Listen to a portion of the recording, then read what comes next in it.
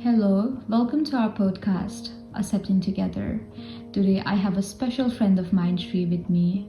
Shri, lately I've been feeling distressed as I'm missing my parents. I think this might be separation anxiety. I have looked over different resources, and according to the National Library of Medicine, separation anxiety disorder is one of the most common childhood anxiety disorders. Separation anxiety disorder is an exaggeration of otherwise developmentally typical anxiety manifested by excessive concern, worry, and even dread of the actual or anticipated separation from an attachment figure. Although separation anxiety is a developmentally appropriate phenomenon, the disorder manifests with improper intensity at an inappropriate age or in an inappropriate context. Adults also do suffer from separation anxiety, and one difference in children diagnosed with separation anxiety compared to adults is the type of attachment figures involved. In the case of children, the attachment figures are usually adults such as parents, whereas adults experience anxiety due to actual or anticipated separation from children, spouses, or romantic partners. Hi Ria, thank you for having me here with you. The National Institute of Mental Health claims that separation anxiety disorder is the one of the common anxiety disorder diagnosed among children, ranging from about 1% to 4% of children, and has an average age at onset of 7 years. The percentage of adults with separation anxiety disorder has not been well studied.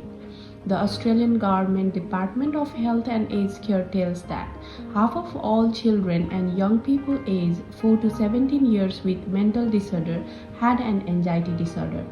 This is equivalent to 6.9% of children and young people, or an estimated 278,000 children and adolescents. Separation anxiety disorder was the most common anxiety disorder in children, 4.9%, or those 4 to 11 years. Among young children, both social phobia or separation anxiety disorder were equally common, 3.4%. Separation anxiety has various impacts on a child's biology. When a child experiences separation anxiety, their body may release stress hormones such as cortisol.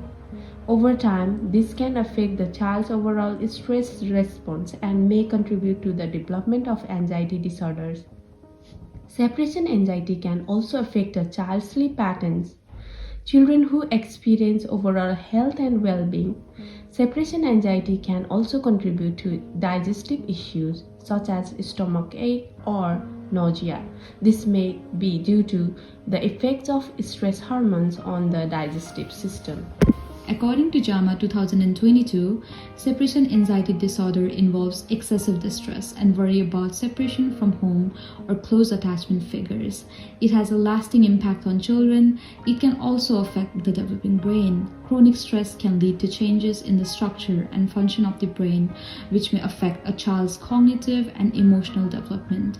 Chronic stress, such as that caused by separation anxiety, can also affect the immune system. Children who experience separation anxiety may be more susceptible to illness or may take longer to recover from illness. It's important to note that not all children who experience separation anxiety will experience these biological impacts, and the severity of the impacts can vary depending on the child's individual circumstances. However, it's important to be aware of the potential impacts of separation anxiety and to seek support if a child is experiencing significant distress. Children diagnosed with separation anxiety should be given proper care. An educator within the room needs to be established for this child and their parents. There should be an educator who is available in the morning of the child's days. As the educator for this child, the educator needs to establish a positive relationship and gain a connection.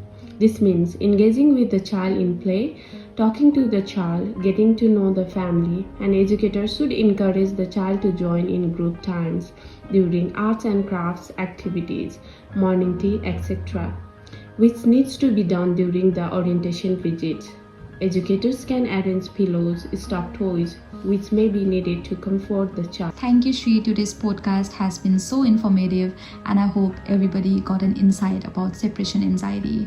I hope every child are given the support that they need to overcome separation anxiety. Thank you. Thank you.